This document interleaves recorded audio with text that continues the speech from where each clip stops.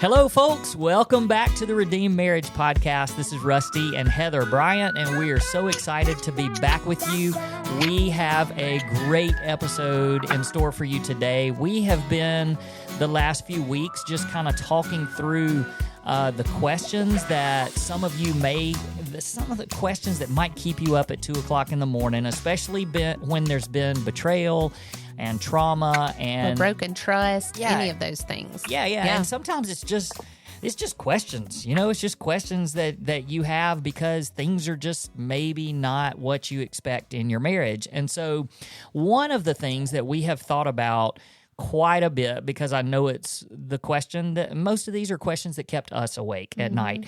And one of those was just around the topic of physical intimacy. And it was something that I know both of us, we wondered, will we ever get back, or can we ever heal in this area, was really the main thing. And of course, those of you that listen to us on a regular basis, you know that our story is one of infidelity. And so lots of damage, lots of wounds there. And so today we were like, you know what? We know a little bit about this because we lived through it, but we don't know as much as some people. So we have a wonderful guest today, and her name is Debby Wade. And so Debby, we met at the Marriage Collective a few weeks ago, a couple of months ago. So fun. Yes. And so it was so great to meet her. And then we realized a connection, and just that made it even better. And so, and crazy enough, I don't think I even told you this, Debby, but I was on the Marriage Collective call, that the prayer call, and I usually get on there. There's other people that get on there. It's once a month, and I was talking about our retreat in Montana, and somebody said, "Hey, do you know Debby Wade?" And I was like, "Well, that's funny. She's lined up to be on our podcast in a few weeks." So this is Debby Wade, and she is a marriage and family therapist, and she's a certified sex therapist and sex addiction therapist. She has a practice that's called ACT Solutions, and it's called ACT Solutions at the Gathering Place, and that's another connection that we have because Montana. You are in Montana, and Montana, my favorite place on earth. Yes, and so we love Montana. So all kinds of connections, but more than anything, we are just so honored that you would take some time today to jump on here and help our listeners. And so here's what I want to do, because I know I already told you, I don't like to just read a bunch of stuff about somebody. Right. I would rather you just tell us what you want our listeners to know about you. And so tell us about Debby and what your ministry is all about. Okay, thank you. One, it is just such a privilege to be asked to be on your podcast and to visit with y'all. It was a delight to meet y'all at the Marriage Collective, and then just to recognize that we have so many things in common. So thank you. This is just a precious privilege, and I hope will be valuable for all of us today. Yeah. But so I started a practice in 1999, and I was in the truly a Bible study on the travels of Paul. And I just prayed, Lord, if I'm to go out on my own and practice, I just didn't want to throw my name up there. And so he gave me from Acts, ACTS, the name Authentic Christian Therapeutic Solutions. So that was my practice in Texas. They're in Grapevine for about 30 years. And then we moved here 2 years ago. And so the name of our place here is The Gathering Place. So I'm Act Solutions at The Gathering Place. And I have a practice that I mainly work with couples or individuals who overcoming sexual betrayal, couples wanting to reclaim their sexual intimacy after betrayal. And then another area of sexuality, which I know won't be our topic today really, but I work with couples who they experience sexual pain. And so those are my two areas of focus. And I do work with individuals as well. And our main reason for moving here to Montana was so I could offer, I want to say intensives, except for in our field of therapy, intensives usually mean couples come when they're in crisis. And so I really like to call them marital intimacy experiences. Either couples can come individually as couples, or I do groups of couples coming, but the focus is on restoring their sexual intimacy. And everybody goes, you speak with couples together in a group on sex? And I'm like, yes, we do. And it is just so valuable and so powerful. And I love the work that I get to do. So, yes. That is so great. Yeah. And what you are doing is such a need. And so, and honestly, I wish it was something that we knew about 14 years ago. Absolutely. Because that would have helped us tremendously, I'm sure, to heal faster than we did in that area. Yeah. So I'm so thankful that you're here today. And I know that a lot of our listeners, they're probably already Googling and looking you up and all that kind of stuff. And we're going to definitely, before we close out, we'll make sure that you let people know how to get in touch with you and find your information. But, you know, in this day and age, people know how to do that just with a name. I mean, it's not really that hard. You just type in Debby Wade and you're going to find it. That's right. That's right. But it's a little scary, isn't it? Yeah, it is for sure. It's good and scary. Yeah. That's right. That's right. Well, go ahead. Yeah, Debbie, let's start our time today with this question. After infidelity, what do you see as the biggest barrier to rebuilding physical and emotional intimacy? Heather, that's such a good question. And you're right. I bet a lot of your listeners want to know that. Yeah. And, you know, sexual intimacy just in general is very complicated and complex. And then I think y'all certainly know that the journey of healing from betrayal is very complicated as well. And so just to give permission to know this is going to be a complicated journey, recovering and restoring. Right. But I think the biggest thing that we need to learn in that is, you know, when we think of intimacy in marriage, I see it as like a three-legged stool. And there's the leg of sexual intimacy, the leg of spiritual intimacy, and the leg of emotional intimacy. And so when we look at it, we realize that all three legs have been damaged when there's been betrayal. And so three areas that have to be healed in that.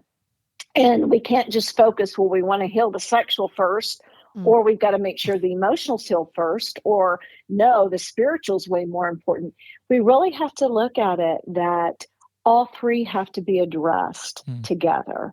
Because we really can't have deepened sexual intimacy and restored if we've not restored the trust in the emotional intimacy.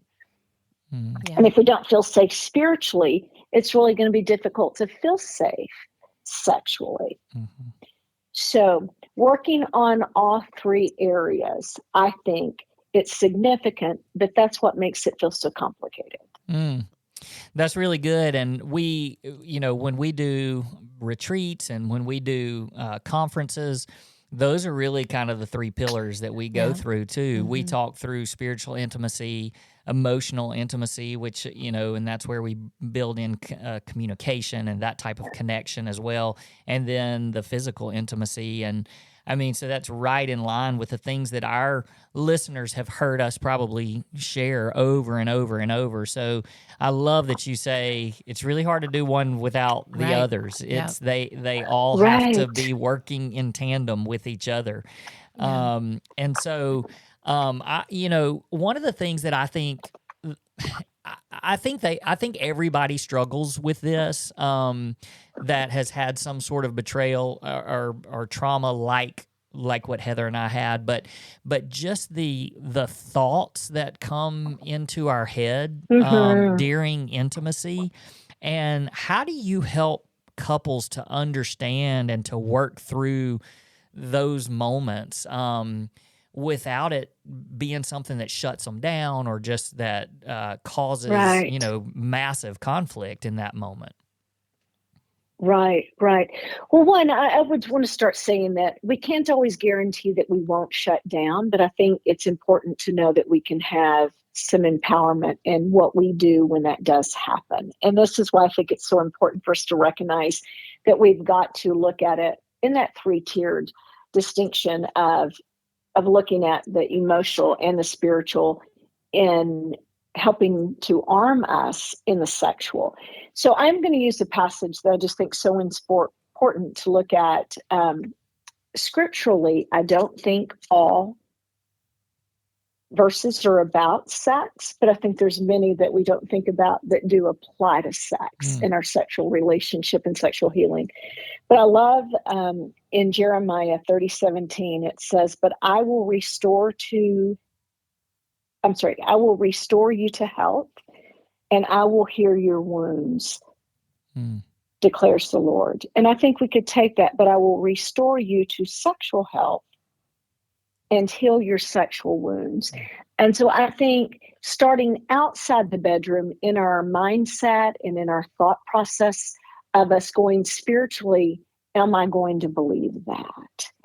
And then knowing that we can take our thoughts captive and make them obedient to Christ. So when we look at where we are mentally and where we are spiritually, how can we use that to show up sexually? So in those moments of coming into the bedroom, I think it's helpful for couples to learn to pray together outside the bedroom as well as inside the bedroom. There may be some phrases that couples will be willing to use together when we get to that point. You know, us going in and claiming we may have some difficulties, but we're going to anchor in together and we're in this together. I think for couples to be willing to have the thought, babe, you have the permission to stop this at any moment, whether we're the ones that have been betrayed or whether we've done the betraying. You know, as you know, triggers can happen on both parts. And so to be able to have that permission, if we start an encounter and one of us needs to pause and stop, let's stop. If there's an intrusive thought, I think just to claim it, I've got to stop. I'm just having intrusive thoughts. If we can feel safe enough in that moment to be able to, will you just pray with me? Will you just remind me why you're here with me? Will you say some words that pour in and comfort me? And so I think just truly being able to stop in that moment and claim this is an intrusive thought and I don't want it to be here. That is so good. And we talk a lot about taking thoughts captive.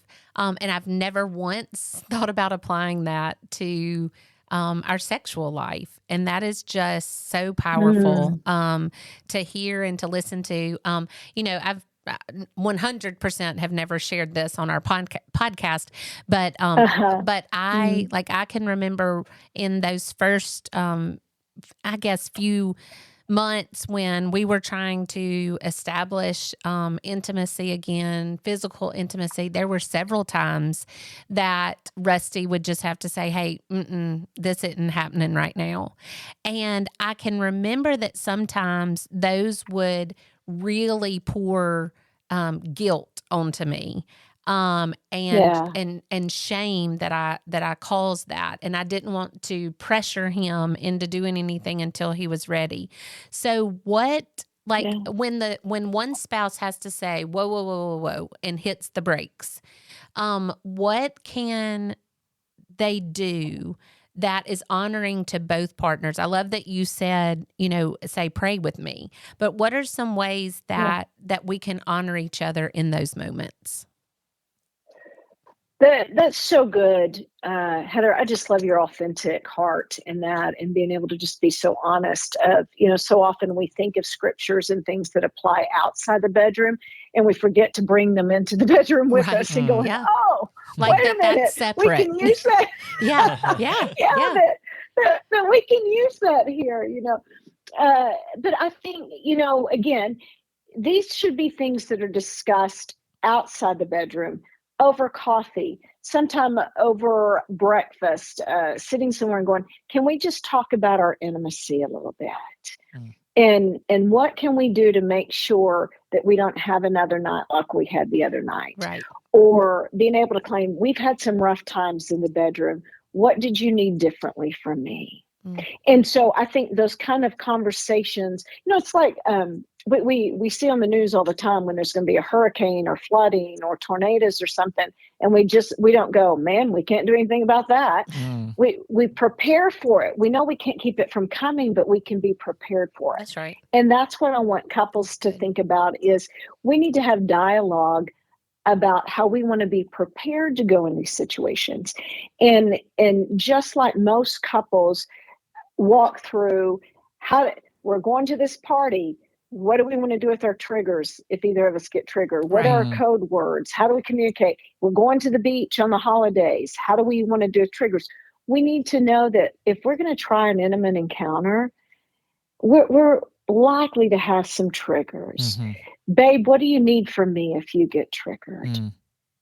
What, here's some of the things that I'm aware of that I need from you. And we're in this together.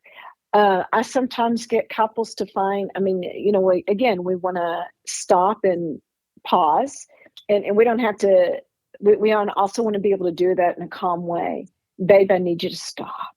And maybe it's stopping with a certain touch, or maybe it's stopping with certain motions or sounds, to be able to say, I just need us to pause.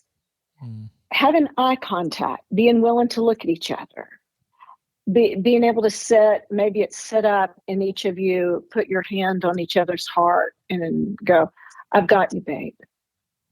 I'm in this with you. I'm not going anywhere. I'm not mad.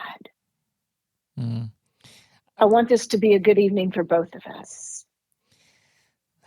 And one of the things that I really like, Debbie, what you said was I'm not mad.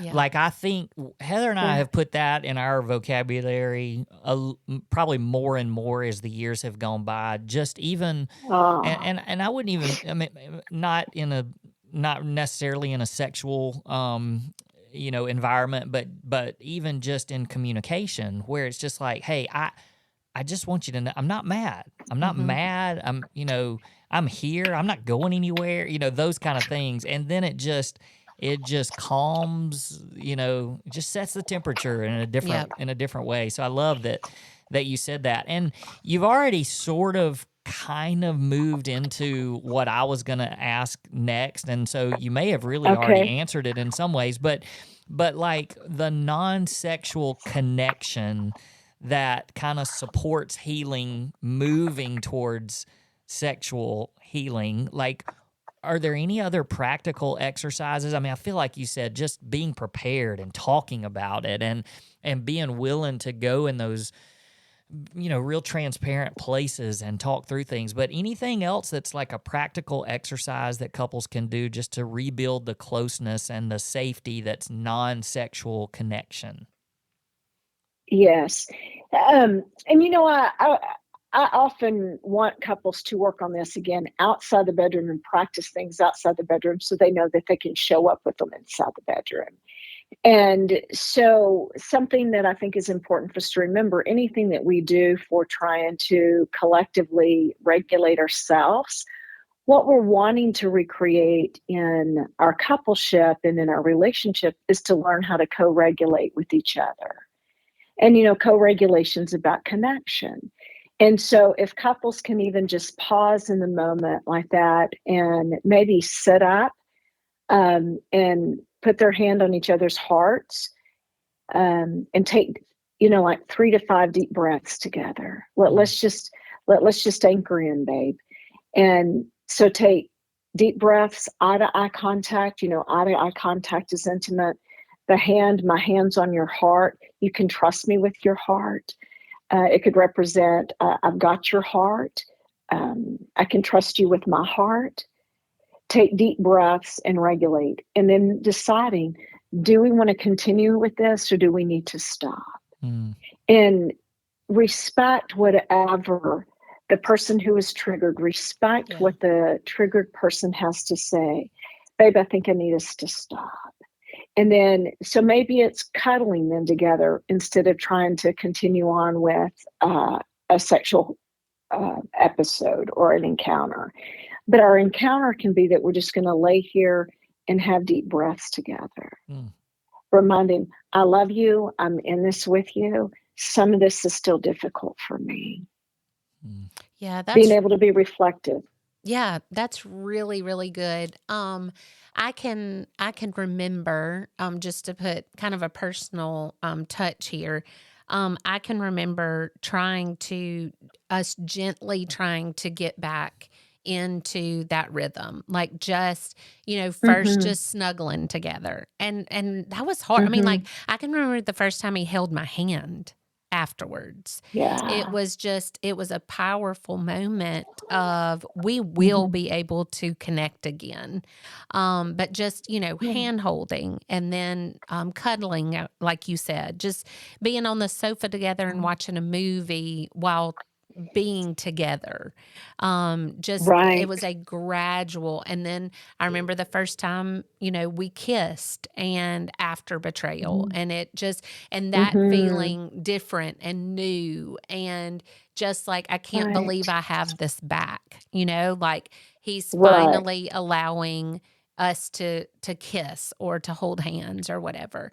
But then there's just that big jump, I think, between Sure. kissing Sure. and then being, having intercourse together is just Right. such a big jump. And so It is. that's where the tension happened. And I can remember the first time we were able to be intimate together in that way, we had worship music blaring like so loud. It was like we were chasing the enemy from that room. And it was like we Right. will consider this an act of worship.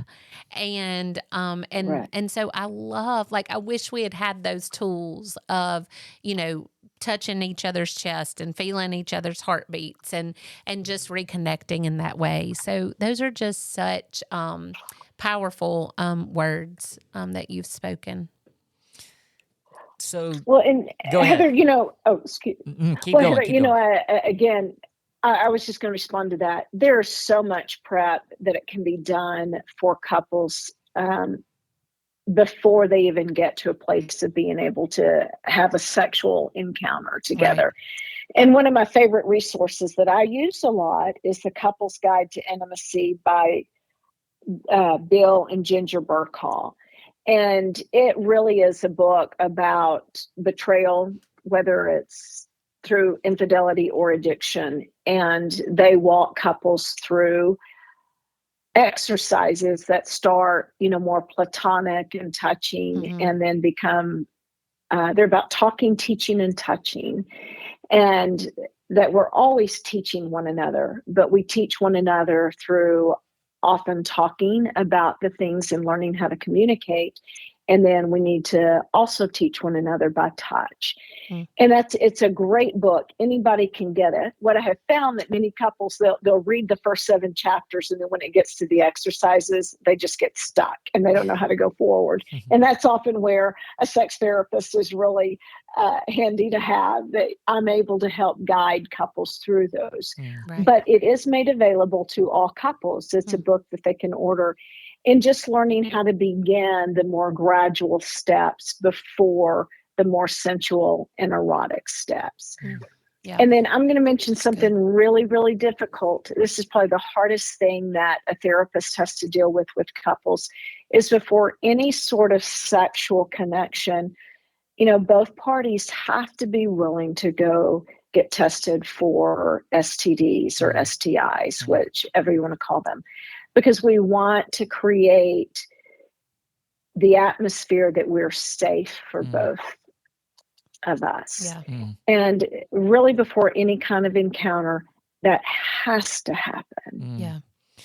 That's really good that you mentioned that, because people don't think of, look, let's be real. Nobody in marriage dreams of or thinks that this type of betrayal or trauma is going to happen. And so, to be real honest, we don't know how. We don't even know what steps to take. We don't know what to do to even, take those first steps. And that's a great point, is just to think through the things that are painful to think about. And we need to do these things for safety.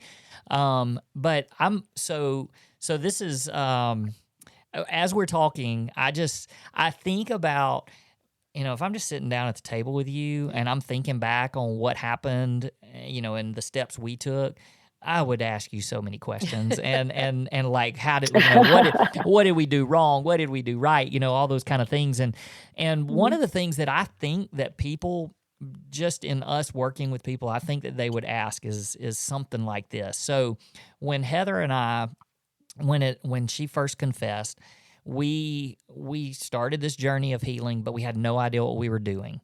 And we've said so many times that we feel like God kind of orchestrated our steps. It was for us, but it was also because he knew we were going to one day be able to have this sort of a roadmap that we could share with other people. And it wasn't really that we found a book that we just said, let's follow these steps. It was like God was really guiding us. But we didn't do it all. We didn't do it all right. That's for sure. And so some of those mistakes are the things that we can share with other people. But when we first started, we started going on these long walks together and talking a lot. And we would come back from those talks, and this was literally days after everything happened. And because we had all of a sudden become so vulnerable and so open, and we were communicating an emotional connection, we would get home and there would be this physical attraction to each other. But we were scared to death because we were like, whoa, I don't think we're supposed I to don't do think this. it's supposed to be like this. And so we would stop. We would. And it was usually me. I would be like, no, I'm not ready for this. But then there's people that are on the opposite end of that go, we've had people sit down with us and say, oh, no, ever since I found out, we have just made it a point to be, we do it every night, do it all and the time. I'm going to make him forget her. Yes, I'm going to prove it to, and so then there's that, and we're like, whoa, well, is that healthy? We don't, and I think people just don't know. They don't know. They don't know how long should we wait or what's healthy. And so I don't know, when you hear those two extremes, like what do you usually recommend to people? Yeah. Well, again, I love that y'all are just so honest with your story. And Rusty, none of us do anything always right? Yeah. Right. I mean, all of us have to go back and go, man, if I'd only known then what I know now. But I do love this too. It's also awareness that the way that God is going to work in one couple's life is not always going to be representative of what it's going to look like in everybody else's life. And what we want to make sure, I think, is two things. We want to make sure that what we are doing is healthy for self and healthy for other. That we got to think of the you and the me and the us and the relationship. And then we never want fear to be the guide either way. Like we don't want, I'm coming together out of fear that if I don't, he or she will cheat again. So I have to do this and I'm going to do it every day, And we don't want fear of, oh my gosh, I've been betrayed. This hurts so bad. I don't know that I can. So I just fear so much being hurt again. If we ever let fear be the guide, it's usually not going to be healthy choices. And so I think certainly recognizing that we want to create safety and we want to create connection. And so couples learning and having guidance about what is it that I'm needing to feel safe with you. And I want to feel that I can share that with you. And then even the betrayed spouse has to have a commitment of, I've got to remain safe for you. That if God's forgiven you, I can't keep beating you up. I can't keep bringing to you what it is that God's forgiven. And so I think we both have to, both the betrayed party and the betraying party has to be willing to have that commitment of, I want to be God-led and my actions be Christ-like with you and not fear-led. That's good. So that is really, go ahead. No, I was just going to say, and then thank God there are some things that we can use in guidance that help us. Okay, but what does Christ-likeness look like here? And I think we can unpack some of those specifics in a little bit. But yeah, I would love to do that. Yeah, I would love to. I mean, and in fact, if you just want to slide right into that real quick. That would be great. I mean, we're kind of on that subject, so yeah. Do you? Yeah. So I just think that we have so much more to talk about. Okay. So what do you think about us making this 2 episodes? Okay. Is that okay with you? Yeah. Okay. So you always have to ask permission. No, that's good. That's good. So Oh, you bet. So yeah, I think that would be really good. That if we could just for a second, we'll just hit pause on this conversation, and then we'll just we'll let our pick up in just a minute. We'll just pick it back up, but we'll let our listeners pick back up next week. Yes. So don't you just pause everybody, because we're gonna come right back and we're gonna keep talking with Debbie. So thanks again for listening this week, guys, and we'll see you next time. Peace.